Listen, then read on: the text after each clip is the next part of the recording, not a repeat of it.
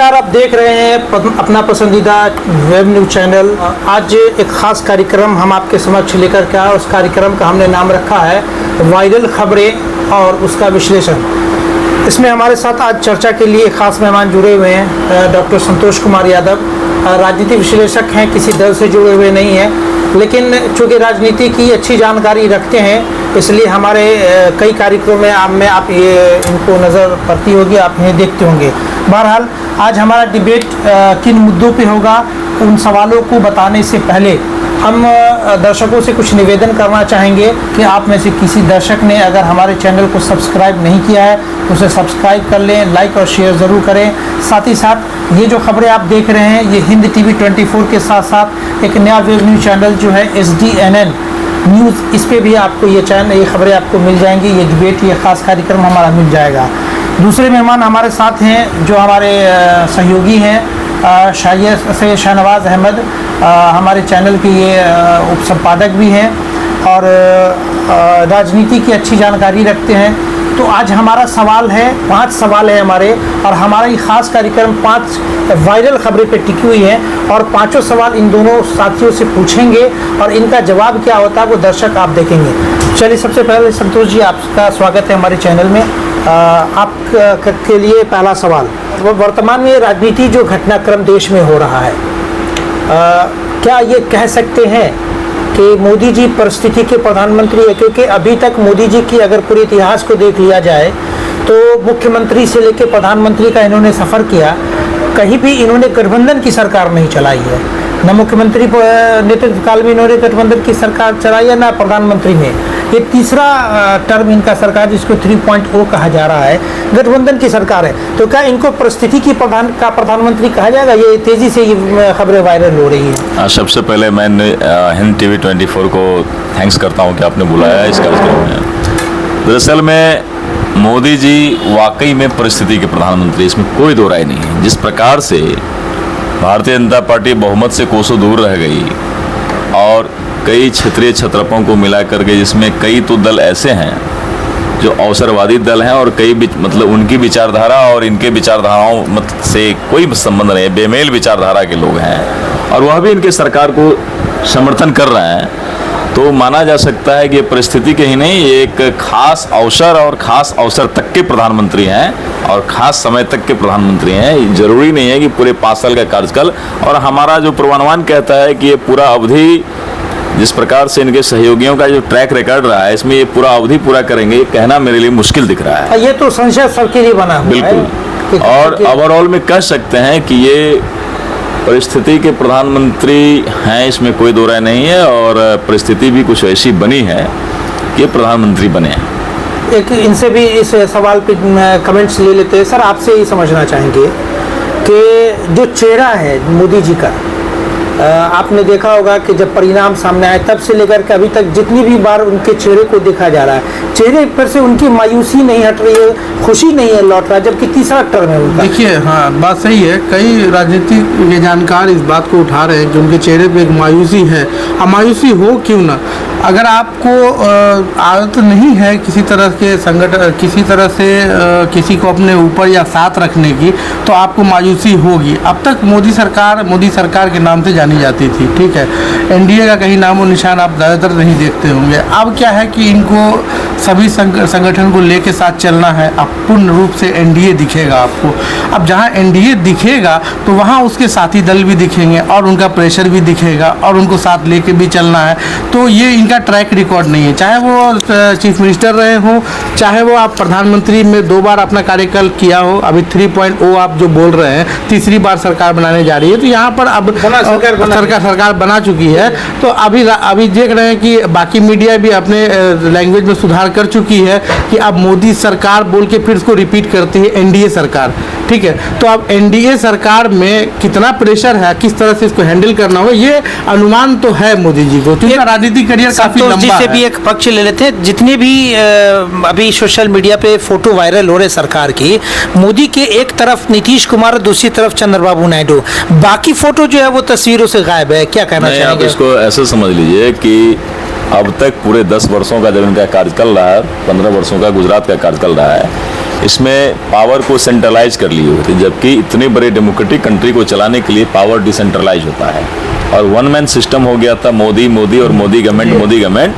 तो वो इस परिस्थितियां अब रही नहीं, बड़ी मुश्किल है, चूंकि इन्होंने जिस प्रकार से पावर को वन मैन सेंटर करके काम कर रहा था, तो इस स्थिति में इनके लिए ये परिस्थिति, बस जो प्रधानमंत्री बने हैं, इस परिस्थिति को संभालना इनके लिए बड़ी मुश्किल है, बड़ा टफ काम है। दूसरी बात आपने कहा कि चंद्रबाबू नायडू और नीतीश कुमार के साथ जो इनका फोटो वायरल हो रहा है, यह भी एक सिर्फ दो ही फोटो। हाँ बिल्कुल बिल्कुल, दो ही फोटो, क्योंकि यह भी एक परिस्थिति का फोटो है जी। यह भी फोटो एक परिस्थिति का है, चूंकि बाकी जो छोटे छोटे दल इनके साथ हैं उनकी कोई हैसियत नहीं है और वो इनके साथ रह सकते हैं, अभी के दौर में वो रहेंगे, क्योंकि उनके ऊपर कई ईडी और कई तरह का तोड़फोड़ की स्थिति ये किए हुए थे पिछले 10 वर्षों से, तो इस स्थिति में रहेंगे। और चंद्रबाबू नायडू, चूंकि उनकी पूरी विचारधारा, उनका जो कई पक्ष है जो बिल्कुल इनके विचार का विपरीत है, लेकिन पता नहीं इन्होंने क्यों उनसे और कई क्या क्या इनके बारे में इन्होंने बोला कि चंद्रबाबू नायडू दुनिया का सबसे बड़ा भ्रष्टाचारी हमारे साथ नहीं आ सकते हैं। देखिए एक चीज संतोष जी, इस चीज को तो आप मान लीजिए कि अब वो सिद्धांत विहीन राजनीति होती है।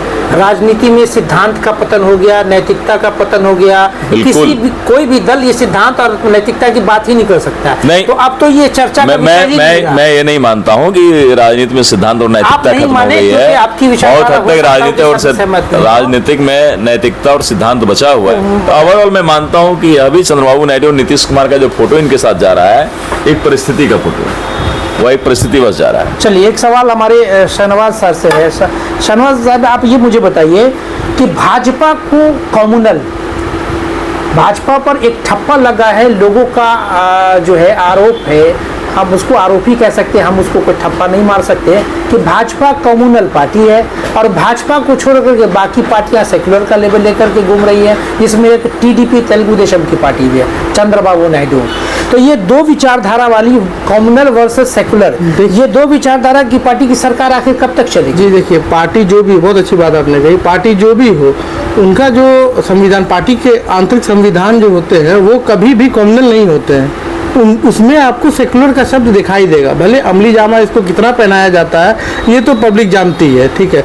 अब यहाँ पर आप बोल रहे हैं कि टीडीपी, और ये सर ने भी कहा कि टीडीपी और भाजपा दो अलग अलग धुरी की तरह है, ठीक है, आसमान और ज़मीन का फ़र्क है। तो हम लोग जो भी राजनीति की समझ रखते हैं जानते हैं कि ये लंबी रेस का घोड़ा नहीं है ये सरकार, और ये ऊपर से बैसाखी की सरकार, एक तरफ नायडू जी हैं और दूसरी तरफ हमारे नीतीश कुमार हैं, तो दोनों ही कितने पक्के हैं, वो तो परिस्थिति के हैं। इनको परिस्थिति का मुख्यमंत्री भी कहा गया था, तो अब परिस्थिति के प्रधानमंत्री भी हो गए, तो ये तो है। अब ये आप बोलिएगा कि एक झुकाव, नायडू जी का झुकाव तो कहीं ना कहीं अल्पसंख्यक की तरफ देखा गया है चुनाव में। तेलुगु देशम पर जो सेकुलर का लेवल है उस पर आपकी क्या प्रतिक्रिया? हाँ, तेलुगु देशम का पे जो है सेकुलर तो खुल के अपने मैनिफेस्टो में उन्होंने क्लियर किया हुआ है कि 50 साल से ऊपर के मुसलमानों को पेंशन दी जाएगी, ईदगाह और कब्रिस्तान के लिए हर शहर में एक ज़मीन आवंटित की जाएगी, नूर भाषा कॉरपोरेशन बनाया जाएगा, 100 करोड़ रुपए का फंड दिया जाएगा, 5 लाख बिना ब्याज के मुफ्त मुसलमानों को सपोर्ट किया जाए। अल्पसंख्यक के लिए खास प्रलोभन दिया उन्होंने अपने मैनिफेस्टो में, 10,000 रुपया प्रति मस्जिद के इमामों को वेतन दिया जाएगा, उन्होंने अपने मैनिफेस्टो में क्लियर किया। बाकायदा लिखित है, मुफ्ती जो होते हैं जो पढ़े लिखे मुसलमान में होंगे तो उनको सरकारी जॉब की तरह प्रोवाइड किया जाएगा। और इसी में राज्य के राजधानी में एक जैसे हज भवन पहले हुआ करता था, जब हैदराबाद आंध्र प्रदेश साथ में था तो एक हज भवन था, अलग अलग होने पर हज भवन हैदराबाद में गया, उसी प्रकार से हज भवन अब इन्होंने वादा किया अपने मैनिफेस्टो में कि मैं एक विशाल हज भवन का निर्माण करा के दूंगा। और ट्रैक रिकॉर्ड भी देखा गया है पहले से तेजपा का कि हमेशा एक तरह से उनका एक पक्ष रहा है मुसलमानों की तरफ, चाहे एक वायरल वीडियो में आपने देखा होगा नमाज पढ़ते हुए, सिंबॉलिक होगा वो, मैं नहीं कहता कि उन्होंने सिंबॉलिक होता है, उन्होंने ये शो करने की कोशिश की हम आपके साथ अल्पसंख्यकों के साथ है। संतोष जी का से भी उस पर एक कमेंट्स ले लेते हैं, क्या आपका कहना है? तेलुगु देशम पार्टी का जो मैनिफेस्टो शहनवाज साहब ने बताया, मैनिफेस्टो देखकर के ऐसा नहीं लगता कि टीडीपी जो है शायद आंध्र प्रदेश को पाकिस्तान बनाने की योजना बना रहे हैं? नहीं, ऐसी बात नहीं है। इमाम को नहीं, बिल्कुल ये मुसलमान, ये कब्रिस्तान और इन मुसलमानों को सैलरी, ये सभी इसी देश का हिस्सा है। आपको याद होगा ना कि बीजेपी ने जनाब ये सैलरी मौलवी को, मुफ्ती को बजाते पेमेंट देना, सरकारी राशि देना, तो को सैलरी देना नहीं, समझ में आता है। आपको ये समझिए कि बिहार के अंदर बाकी जगहों का मेरे पास सवाल ये मैं बता रहा हूँ ना कि जितने न्यास परिषद के मंदिर हैं और बड़े बड़े मंदिर हैं, उस मंदिर में पंडितों को सैलरी दिया जा रहा है। तो अगर इमाम को सैलरी दे दिया तो क्या उसमें तकलीफें हैं? ये सवाल बीजेपी की जो दोहरी चरित्र है, क्या कहिएगा उसको, द्विचरित्रात्मक राजनीति है, वहाँ बीजेपी के लिए समस्या है।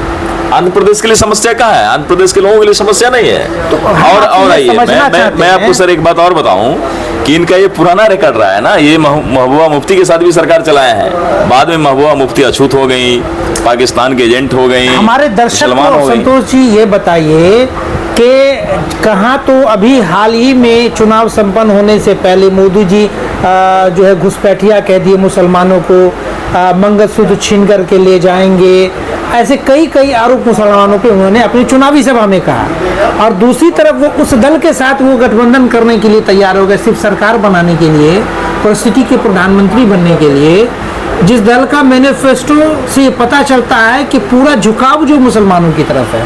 तो उस पर आपकी क्या प्रतिक्रिया है? तो मैं आपको थोड़ा सा 15-20 सेकंड में लेता हूँ। आपको मोदी जी को ऐसे नहीं समझिए, मोदी जी को ऐसे समझिए, जब पहली बार मोदी जी केंद्रीय राजनीति में आते हैं तो इस देश के मुसलमानों को ऐसी नहीं, तैसी नहीं, वैसी नहीं, जैसे हो सकता है उतनी गालियां दिया और मुसलमानों के खिलाफ काम भी किया। और मुसलमानों के खिलाफ जितना काम करना था कर सकते थे किया। उन्होंने दलितों के खिलाफ काम किया, SC/ST एक्ट को जीरो कर दिया, बाद में दलितों का संग्राम शुरू हुआ, फिर उसको बहाल किया गया। पिछड़ों के खिलाफ इन्होंने काम किया, 13 पॉइंट रोस्टर ला करके विश्वविद्यालयों में पिछड़े वर्ग का शिक्षक जाने से रोकने का रास्ता तैयार किया इन्होंने। बाद में उस पर भी लड़ाई बढ़ी तो फिर उसको भी इन्होंने ये किया। तो आप समझिए कि इसी प्रकार से तेलुगु देशम पार्टी जो मुसलमानों की बात नहीं करता है, वो मोटे तौर पर वहाँ की जो पिछड़े हुए सोसाइटी है उसकी बात वो करता है। उसमें मुसलमान की बहुसंख्यक आबादी आ सकती है, क्योंकि उसको मुख्य धारा में लाना। आप सच्चर कमेटी की कई रिपोर्ट्स पढ़ेंगे तो उसमें बहुत सारी बातें हैं जिसको लगभग करीब में ही लाते हैं। तो उस व्यवस्था में तेलुगु देशम पार्टी ने काम किया, तो उसमें कोई आपत्ति वहाँ के लोगों को नहीं है। मतलब अपने एजेंडा पर चुनाव लड़ा तो वहाँ के लोगों को कोई आपत्ति नहीं है। चूंकि मोदी हैं, मोदी ने इस पूरे चुनाव में मंगलसूत्र, भैंस, अधिक बच्चे वालों को संपत्तियां बांट दी जाएगी, तो ये सवाल मोदी के ऊपर है। तो मैं पहले ही कहा कि भाजपा की राजनीति कल तक द्विचरित्रात्मक था, आज तो बहुचरित्रात्मक दिखता है। जी ठीक वैसे ही जैसे महबूबा मुफ्ती के साथ। आपको इस बात में एक बात जोड़ूं कि यहाँ तो देखिए दोनों बैसाखी का जिक्र तो आप हमें वायरल खबर में देख ही रहे हैं। मेरा कहना है कि नीतीश बाबू तक समझ में आता है, ठीक है। नायडू साहब का एकदम उलट राजनीति है। ये जो नीतीश कुमार है, दोनों तरफ थोड़ा सा बैलेंस बना के चलते हैं। देखिए खबरें ये भी आ रही हैं आंध्र प्रदेश से कि आंध्र प्रदेश की आर्थिक स्थिति काफी दयनीय हो गई, दयनीय, और चंद्रबाबू नायडू को आंध्र प्रदेश की स्थिति सुधारने के लिए चाहिए, केंद्र का मदद चाहिए, इसीलिए वो परिस्थिति के कारण वो भी उनसे जुड़े हुए हैं। यही बात है, केंद्र से विशेष पैकेज की मांग उन्होंने रखी है। बिल्कुल, ठीक है। अगला सवाल इनसे ले लेते हैं, संतोष जी से। कल कश्मीर में एक आतंकवादी हमले हुए। भाजपा अपने 10 साल के नेतृत्व काल में ये दावा करती रही है कि हमने नोटबंदी तक किया कमर तोड़ने के लिए आतंकवादी का। फिर एक तरफ मोदी जी का केंद्र मंत्रिमंडल का जो है वो ओथ सेरेमनी चल रहा था, शपथ ग्रहण चल रहा था। दूसरे तरफ क्रिकेट मैच भारत और पाकिस्तान के बीच चल रहा था, और तीसरे तरफ कश्मीर में आतंकवादी हमले हो रहे थे। कांग्रेस के एक सीनियर लीडर पवन खेरा, इस पर भी उन्होंने कड़ी प्रतिक्रिया दी। आप अपना इसको किस नज़रिए से देखते हैं? मैं मानता हूं कि सरकार फेल्योर है। कश्मीर में किसकी सरकार है? कश्मीर अब संघ शासित प्रदेश हो गया है। कश्मीर अब केंद्र के अधीन है और केंद्र की गवर्नमेंट फेल है। कश्मीर को कश्मीरियों के हालात पर नहीं छोड़ रहे हैं। कश्मीर में जनमत संग्रह की जरूरत है। कश्मीर को आज भी पूर्ण राज्य की दर्जा है। जब कश्मीर पहले कश्मीर पुलिस के हवाले होता था तो कश्मीर बहुत बढ़िया था, इतना बेकार स्थिति में नहीं था। मैं मानता हूं कि पूर्ण रूप से सरकार फेल है, और एक तरफ मंत्रिमंडल का बांटने में लगे हुए, मंत्री बनाने में, शपथ ग्रहण कराने में लगे हुए थे। दूसरी ओर आपके यहाँ हमले हो रहे हैं। तीसरी बात, आपके यहाँ क्रिकेट हो रहा है पाकिस्तान से। तो साफ साफ आप तय करिए ना कि आप केवल चुनाव में पाकिस्तान की आवश्यकता महसूस क्यों करते हैं। आज चुनावी मुद्दों के लिए। चुनावी मुद्दों के जी। लिए आपने कहा कि हम आतंकियों का कमर तोड़ देंगे नोटबंदी करके, जब स्थितियां, आतंकवादी आए कहाँ से? जबकि स्थितियां विपरीत हो गई।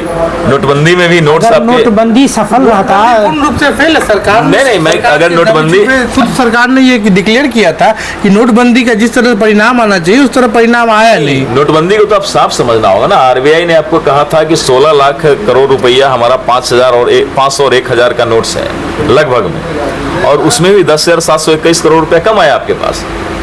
तो नोटबंदी तो वैसे ही असफल हो एक गई। लाइन में आपकी प्रतिक्रिया, एक लाइन में आपकी प्रतिक्रिया। देश की जनता ये जानना चाहती है कि जब भारत की सरकार, तत्कालीन सरकार, मौजूदा सरकार ने नोटबंदी किया और उन्होंने तमाम देशवासियों के सामने सिर्फ एक ही कारण रखा नोटबंदी का, कि मैंने आतंकवादियों के कमर तोड़ने के लिए जो मैंने नोटबंदी की है, तो सवाल ये उठता है कि आतंकवादी कहाँ, अगर वही क्यों आए जहाँ भाजपा की सरकार है? आतंकवादी का कमर तोड़ने के लिए इन्होंने नोटबंदी नहीं लाया था, नोटबंदी अपने मित्रों को लाभ पहुंचाने के लिए लाया था।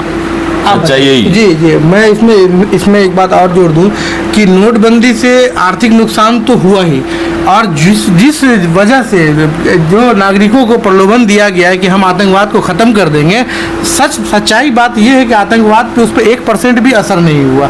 ये बात मानने में कोई बुराई नहीं है कि जो प्रॉब्लम थी और आर्थिक स्थिति के डामाडोल होने की स्थिति और बढ़ गई है।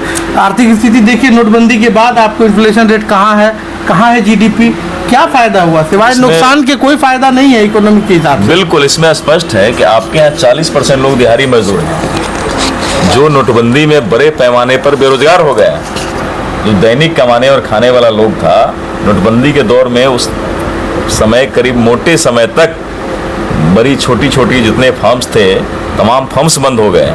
जो हमारा अर्थव्यवस्था कैश आधारित अर्थव्यवस्था है और दुनिया का सबसे डेवलप कंट्री है, उसका भी अर्थव्यवस्था, मेजर अर्थव्यवस्था, पूंजीपतियों को तो लाभ हुआ है। जो बड़े पूंजीपति, अगला सवाल ले लेते हैं सर। एक सवाल आपसे समझना चाहेंगे। जीतन राम मांझी भारतीय राजनीति के एक नए चेहरे हैं, बिहार की राजनीति में तो एक महत्वपूर्ण रोल निभा ही चुके हैं। उनका समय समय पर उनका रूप बदलता रहता है। देखिए, जब वो महागठबंधन के साथ थे तो पंडित यानी कि ब्राह्मणों को वो अपशब्द कहने से भी गुरेज नहीं कर रहे थे। उनका एक वीडियो अभी काफी तेजी से वायरल किया जा रहा है। पहले का वीडियो है, पंडितों यानी ब्राह्मणों को जो है वो गालियां दी जा रही है उनके द्वारा में। अभी मौजूदा वो उसी भाजपा उससे भी हटके और भी बयान है उनका। उन्होंने, जीतन राम मांझी एक परिपक्व नेता है, काफी लंबा उनका अनुभव है, काफी लंबा अनुभव है। उनको भी मुख्यमंत्री बनाया, मुख्यमंत्री बना के उनका क्या हश्र किया। उसके बाद नीतीश कुमार ने क्या क्या अपशब्द नहीं बोले कि तुमको मुख्यमंत्री बना दिए तो तुम्हारा होश चढ़ गया, सर चढ़ गया। तो ये सब एक अलग बात है। और जहाँ तक मांझी का सवाल है, उनकी ज़बान तो फिसलती नहीं है, पूरा स्लिप कर एकदम फ्लैट हो जाती है। उन्होंने कहा था कि राम और रावण में अंतर करने के दौरान उन्होंने ये कह दिया था कि रावण कहीं राम से बेहतर थे। उस वक्त भी लोग उग्र हुए थे, लेकिन पता नहीं उनका क्या एक्सेप्टेंस है भाजपा में, जो कि एकदम उलट, जो एक तरह से उनको आस्तिक नहीं माना जाएगा, एक नास्तिक की तरह वो बात करते हैं। और उनको भी भाजपा अपने गोद में, मतलब एनडीए में शामिल करके रखा है। तो यहाँ नीति से तो पूर्ण रूप से समझौता है। नीति की तो बात ही छोड़ दीजिए, अब सिर्फ राजनीति की बात हो रही है। पहले हम अपने दर्शकों को वो वीडियो दिखा दें जिसमें वो ब्राह्मणों को अमर्यादित शब्द का उपयोग करें। वो हमारे देश एक वीडियो देख लें। इतना खराब धर्म है, आप लोग माफ कीजिएगा, हम सब लोग कहते हैं आजकल हमारे गरीब तबके के लोग धर्म की प्रायणता ज्यादा आ रही है। सत्यनारायण पूजा का नाम हम लोग नहीं जानते थे, लेकिन चला अब हर जगह हम लोगों के टोला में सत्यनारायण स्वामी की पूजा होती है। और इतनों में शर्म लाज नहीं लगता हम लोगों का कि पंडित हरामी आते हैं तो नहीं खाएंगे बाबू, आपको हमको दे दीजिए। जी बताइए आप। जीतन राम मांझी जी के संदर्भ में मैं साफ कह रहा हूं कि मामला जीतन राम मांझी का नहीं है। मामला इस देश का उन तमाम जो लीडरशिप, पुराने नेता जो दलित और बैकवर्ड कम्युनिटी से आते हैं, या फिर सोशलिस्ट बैकग्राउंड से जो सवर्ण लोग भी आते हैं, कम्युनिस्ट बैकग्राउंड से जो सवर्ण लोग भी आते हैं, उन तमाम लोगों का मामला है। आज जीतन राम मांझी के खिलाफ एक वीडियो वायरल हो रहा है उनके मंत्री बना देने के बाद। यही चीज नरेंद्र मोदी जी के खिलाफ क्यों नहीं हो रहा है, जिन्होंने मुसलमानों को पूरी गालियां दिया, दलितों का SC ST एक्ट समाप्त कर दिया। आपको याद होगा जीतन राम मांझी सरी के बड़े नेता हैं उत्तर प्रदेश के, अवधेश प्रसाद, पूर्व मंत्री हैं, दलित कोटि से आते हैं, शायद पासी जाति से बिलोंग करते हैं, और अयोध्या जैसा विशाल भूखंड से वो चुनाव जीत के आए हैं। उनको लोग गाली दे रहा है। और अयोध्या के लोगों को जब लोगों ने उनको जिताया अवधेशपाशी को, तो अयोध्या के लोगों को लोग गाली देना शुरू कर दिया, अयोध्या का लोग गद्दार हो गया, मैं अपना ऑक्सीजन भी साथ में लेकर के जाऊंगा, अयोध्या से कुछ खरीदूंगा नहीं। दर हकीकत सर कुछ और है। अगर असल तौर पे देखा जाए तो हकीकत अयोध्या की कुछ और है। काफी शोषण हुआ है वहाँ के लोगों का, काफी घर बर्बाद कर दिए गए हैं, वो कारण बहुत बड़ा है सर। बिल्कुल बिल्कुल अयोध्या को लोग दूसरे रूप में घेरने की कोशिश करें, जबकि अयोध्या के नाम पर, विकास के नाम पर, पृष्ठभूमि से उसको बिल्कुल मैं मान नहीं, बिल्कुल विकास के नाम पर अयोध्या के हजारों हजार गरीबों का घर उजाड़ दिया गया, किसानों की भूमि को जबरन वो अधिग्रहण किया गया, और वहाँ के व्यवसायी में अयोध्या के लोगों का योगदान कम हुआ, अयोध्या के लोगों को छोड़ दिया, बाहर कर दिया, और सारा व्यापारी बाहर से, गुजरात से जाकर के, महाराष्ट्र से बड़े बड़े व्यापारी आकर के बैठ गए वहाँ। तो अयोध्या का लोग इस सवाल पर विरोध नहीं किया कि आप मंदिर क्यों बनाए, मस्जिद क्यों तोड़े, इस सवाल पर विरोध हुआ है कि आप हमारे रोटी पर सवाल खड़ा कर दिए, आप हमारे जमीन पर सवाल खड़ा कर दिए। तो अवधेश प्रसाद को लोग इसलिए गाली दे रहा है कि अवधेश वहां जीत गए, गरीब गुरबों के साथ खड़े हो गए। ठीक, जीतन ना मांझी पर मेरा बहुत वैसी बात नहीं कहना, लेकिन समय समय पर यह आदमी जो पिछले 50 वर्षों का जो दंश झेले हैं ना, समय समय पर इस बातों को बाहर निकाल देते हैं। चलिए अगला सवाल आप ही से। सवाल है टीडीपी जो भाजपा के तीसरे टर्म की जो एक महत्वपूर्ण जो है वो सहयोगी पार्टी है, सहयोगी दल है, अब वो आंख दिखाना शुरू कर दिए हैं। बड़ी तेजी से मेन स्ट्रीम मीडिया पे खबरें चल रही हैं कि टीडीपी ने जो ये मांग की है कि संयोजक पद उसको चाहिए, टीडीपी ने मांग की है कि स्पीकर का पद उनको चाहिए। क्या लगता है ये अभी से खींचतान अभी से सरकार में शुरू हो गई है? देखिए, जब आप अपाहिज रहेंगे, आप लंगड़े रहेंगे, आपका शरीर कमजोर होगा, तो आपको वाकई बैसाखी की जरूरत होगी, और जो लोग सहारा देकर आपको चलाएंगे, बैसाखी के साथ आपको चलवाएंगे, तो ऐसे लोग आपसे कई डिमांड कर सकते हैं और उनकी पूर्ति आपको करनी भी चाहिए। अगर टीडीपी को स्पीकर का पोस्ट मिल जाए तो क्या दिक्कत है? आप देखे होंगे पिछले बार सोमनाथ, आपको लगता है कि भाजपा दे देगी, जबकि कल से ये ब्रेकिंग खबरें चल रही है कि 4 महत्वपूर्ण पद है। भाजपा कभी भी नहीं चाहेगी पावर डिसेंट्रलाइज हो, भाजपा कभी नहीं चाहेगी हम दूसरे को स्पीकर दें, दूसरे को हम गृह मंत्रालय दे, एचआरडी मिनिस्ट्री दे, और दूसरे को हम रक्षा मंत्रालय दे, दूसरे को रेल मंत्रालय दे, दूसरे को पेट्रोलियम मंत्रालय दे, चूंकि इसमें कई मंत्रालय ऐसे हैं जिसमें इनके अपने मित्रों को लाभ पहुंचाना है। और एचआरडी मिनिस्ट्री इसलिए नहीं देना है कि देश के जितने केंद्रीय विश्वविद्यालय हैं उसमें आरएसएस की कक्षा से उठा करके मुझे वाइस चांसलर बनानी है, प्रोफेसर नियुक्त करनी है। तो मुझे तो नहीं लगता है कि भाजपा देगा, लेकिन जब परिस्थिति का प्रधानमंत्री है तो फिर परिस्थिति का पार्लियामेंट अध्यक्ष बन सकते हैं, लोकसभा अध्यक्ष हो सकते हैं, क्यों नहीं हो सकते हैं? चलिए सरकार, आपको याद होगा, आप सर, मैं इसमें एक बात बता दूं आपको कि जो हमारे टीडीपी ने अनाउंस किया कि हज यात्रा पर हम सब्सिडी देंगे, वहीं उसके उलट आप अगर भाजपा सरकार पे जाइएगा तो उनका ये रहा कि हम सब्सिडी काटेंगे, ठीक है। लेकिन मैं आपको बता दूं, मुसलमान सक्षम है, अगर 3 लाख रुपया मुसलमान खर्च करके 4 लाख जा रहा है, तो आप अगर 1 लाख रुपये की सब्सिडी देते हैं, अगर आप ना भी देते हैं तो भी मुसलमान उतनी संख्या में जाएंगे, उसमें कोई अंतर नहीं आएगा। लेकिन यहाँ होता है कि पक्ष की बात होती है कि आप किसको खुश करने के लिए ये बात बोलते हैं, भीतर कुछ और है, बाहर कुछ और है। आप दोनों ही मजा लेना चाहते हैं, आप अपने संगठन जो भी आपके गठबंधन में है साथी, वो एक अलग चेहरा बना के रखते हैं, आप एक अलग चेहरा बना के रखते हैं, उसके बाद दोनों ही रोटी आप सेक लेते हैं। नहीं, इसमें मैं साफ साफ कहता हूँ कि मोटे तौर पर हज यात्रा करने जो मुसलमान जाते हैं, संपन्न लोग ही जाते हैं, कमजोर और मध्य वर्ग गरीब गुरबा लोग जाते नहीं हैं। तो इस स्थिति में हज यात्री को जो सब्सिडी करते हैं या देते हैं वो अच्छी बात है। वोट बैंक की राजनीति है, ये आप ही खुद मान रहे हैं। ये मोटे तौर पे ये मोटे तौर पे भाजपा को एक अवसर देने वाली बात है। ये मेरी व्यक्तिगत राय है। हज यात्रा में सब्सिडी देना भाजपा को एक अवसर देने का ये देने वाली बात है। ओवरऑल में आप ये समझ लीजिए कि लोकसभा अध्यक्ष का पद अगर ये मांग रहे हैं टीडीपी चंद्रबाबू नायडू, क्या गलती कर रहे हैं? आपको याद होगा यूपीए 1 लोकसभा अध्यक्ष। गलती अब ये नहीं, एक बात, गलती मुसलमानों ये के नहीं आरक्षण है के खिलाफ रहे हैं। भाजपा ने क्लियर बताया, मोदी जी ने, मैं खुले तौर पे बोलूंगा कि मुसलमानों के आरक्षण को नकारते हुए मोदी जी ने कई भाषण दिए।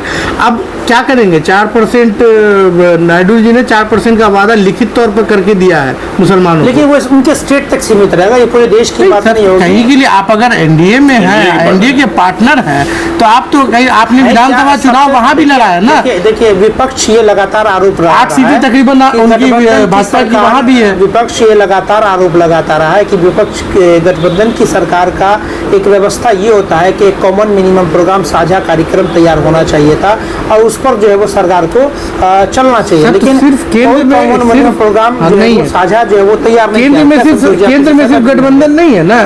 यहाँ तो आपका विधानसभा के लिए भी आपने गठबंधन करके रखा है। भले आपकी सीट, अब आपको पता 135 सीट है टीडीपी की विधानसभा चुनाव में। आंध्र प्रदेश में 135 सीटें, तो वहाँ फुल मेजोरिटी में है। वहाँ नायडू जी को बैसाखी की जरूरत नहीं है। फिर यहाँ आपको एक तरफा समर्थन दे रहे हैं वो, तो अपनी शर्तों पे देंगे, इसमें कोई गुरेज नहीं है बोलने में। ये थे हमारे दोहरा चरित्र है ये, भारतीय जनता पार्टी का दोहरा चरित्र है। एक तरफ पूरे पार्लियामेंट चुनाव का जो कैंपेन था, उस कैंपेन में आप देखेंगे कि पूरे कैंपेन में ये कह रहे थे कि ओबीसी का रिजर्वेशन काट के मुसलमानों को दे देगा, दलितों का रिजर्वेशन काट करके मुसलमानों को दे देगा, और तो और आपके जमीन का टुकड़ा मुसलमानों में बांट देगा, अधिक बच्चे वालों को दे देगा। तो अब यहाँ लेदर की राजनीति, अब यहाँ ये क्या करेंगे? ये बड़ा सवाल है और इस सवाल का जवाब तो भाजपा को देना होगा। चलिए अब यहाँ ये क्या करेंगे? ये हमारे खास कार्यक्रम थे वायरल खबरें और उनका विश्लेषण, जिसमें हमारे साथ 2 मेहमान जुड़े। हमारे सहयोगी जो है वो से शाहनवाज अहमद और हमारे एक साथी डॉक्टर संतोष कुमार यादव। 5 सवाल हमारे थे और 5 सवाल का इन्होंने परत दर परत इन दोनों सहयोगी साथियों ने जवाब दिया। कुछ नए खबरें और को लेकर के, कुछ नए मुद्दों को लेकर के अगले अंक में हम फिर आप के समक्ष हम सभी फिर से हाजिर होंगे। तब तक के लिए आप सभी दर्शक से निवेदन कि आप हमारे चैनल को सब्सक्राइब, लाइक और शेयर करें। धन्यवाद।